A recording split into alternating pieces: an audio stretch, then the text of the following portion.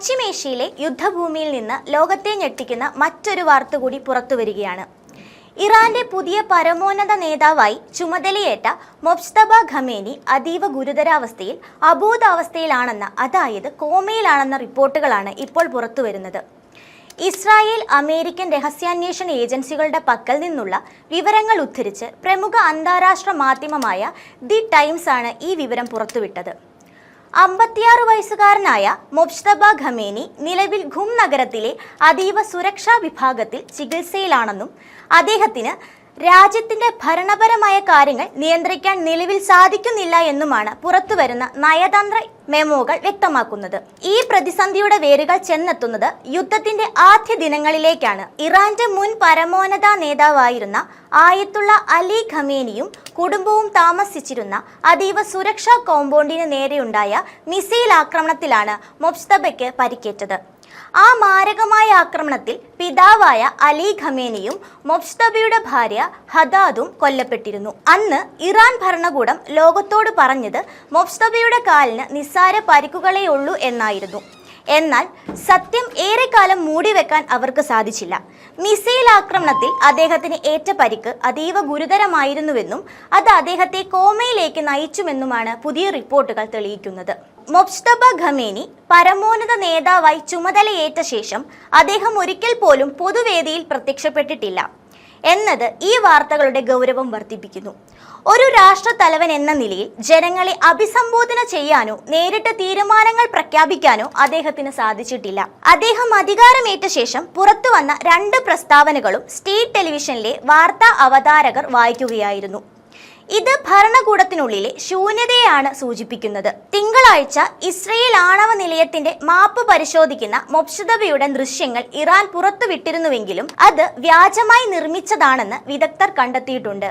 ജനങ്ങളെയും ലോക രാജ്യങ്ങളെയും തെറ്റിദ്ധരിപ്പിക്കാൻ ഭരണകൂടം നടത്തുന്ന പരാജയപ്പെട്ട ശ്രമങ്ങളായിരുന്നു ഇവയെല്ലാം.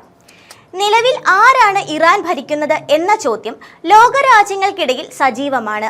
മൊജ്തബ ഖമേനി അബോധാവസ്ഥയിൽ തുടരുമ്പോൾ റവല്യൂഷണറി ഗാർഡിലെ, അതായത് IRGCയിലെ ഉന്നത ഉദ്യോഗസ്ഥരും മതനേതാക്കളും ചേർന്നാണ് രാജ്യത്തിന്റെ നിർണായക തീരുമാനങ്ങൾ എടുക്കുന്നത് എന്നാണ് രാഷ്ട്രീയ നിരീക്ഷകർ വിലയിരുത്തുന്നത്. ഇത് ഇറാന്റെ ചരിത്രത്തിലെ തന്നെ ഏറ്റവും വലിയ ഭരണ പ്രതിസന്ധിയാണ്. ഒരു വശത്ത് അമേരിക്കയുടെയും ഇസ്രായേലിന്റെയും കനത്ത സൈനിക നീക്കങ്ങൾ, മറുവശത്ത് രാജ്യത്തെ നയിക്കാൻ ശക്തനായ ഒരു നേതാവില്ലാത്ത അവസ്ഥ. ഈ ശൂന്യത പശ്ചിമേഷ്യൻ യുദ്ധത്തിന്റെ ഗതി തന്നെ മാറ്റിയേക്കാം. കൊല്ലപ്പെട്ട അലി ഖമേനിയുടെ മൃതദേഹം ഇപ്പോഴും ഭൂമിയിലാണുള്ളത്. കുടുംബത്തിലെ ഭൂരിഭാഗം പേരും അടക്കം ചെയ്യാനുള്ള വലിയ സ്മാരകം അവിടെയാണ് നിർമ്മിച്ചിരിക്കുന്നത്.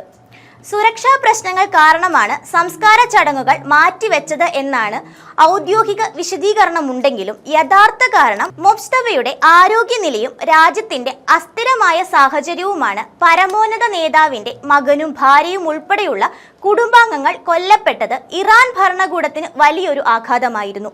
ഈ വിവരം പുറത്തുവരുന്നത് രാജ്യത്തിന്റെ സൈനികരുടെ ആത്മവീര്യത്തെ ബാധിക്കുമെന്ന് ഭയന്നാണ് ഇറാൻ ഇത്രയും കാലം ഇത് രഹസ്യമാക്കി വെച്ചത്.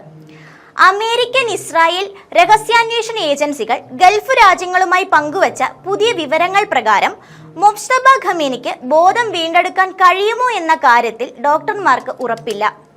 ഖൂമിലെ ആശുപത്രിയിൽ അത്യാധുനിക സജ്ജീകരണങ്ങളോടെയാണ് അദ്ദേഹം കഴിയുന്നത്. യുദ്ധത്തിന്റെ തുടക്കം മുതലുള്ള പരിക്കാണോ അതോ പരിക്കുകളെ തുടർന്നുണ്ടായ മറ്റാരോഗ്യ പ്രശ്നങ്ങളാണോ ഈ അവസ്ഥയ്ക്ക് പിന്നിലെന്ന് ഇനിയും വ്യക്തമാകേണ്ടതുണ്ട്. എങ്കിലും ഇറാന്റെ പരമാധികാരവും സുരക്ഷയും ഇപ്പോൾ ഒരു നൂൽപാലത്തിലാണെന്ന് ഉറപ്പിച്ചു പറയാം. ഇറാന്റെ ഓരോ നീക്കങ്ങളും ലോകം ഉറ്റുനോക്കുകയാണ്. ഇസ്രായേലിന്റെ ആണവ നിലയങ്ങൾ ആക്രമിക്കുമെന്ന് ഭീഷണി മുഴക്കുമ്പോഴും സ്വന്തം നേതാവിന്റെ അവസ്ഥ മറച്ചുവെക്കാൻ പാടുപെടുന്ന ഒരു ഭരണകൂടത്തെയാണ് നാം കാണുന്നത്. ഈ രഹസ്യങ്ങൾ ഓരോന്നായി പുറത്തു വരുന്നത് ഇറാന്റെ അന്താരാഷ്ട്ര തലത്തിലുള്ള നിലകളും പരുങ്ങലിലാക്കാം.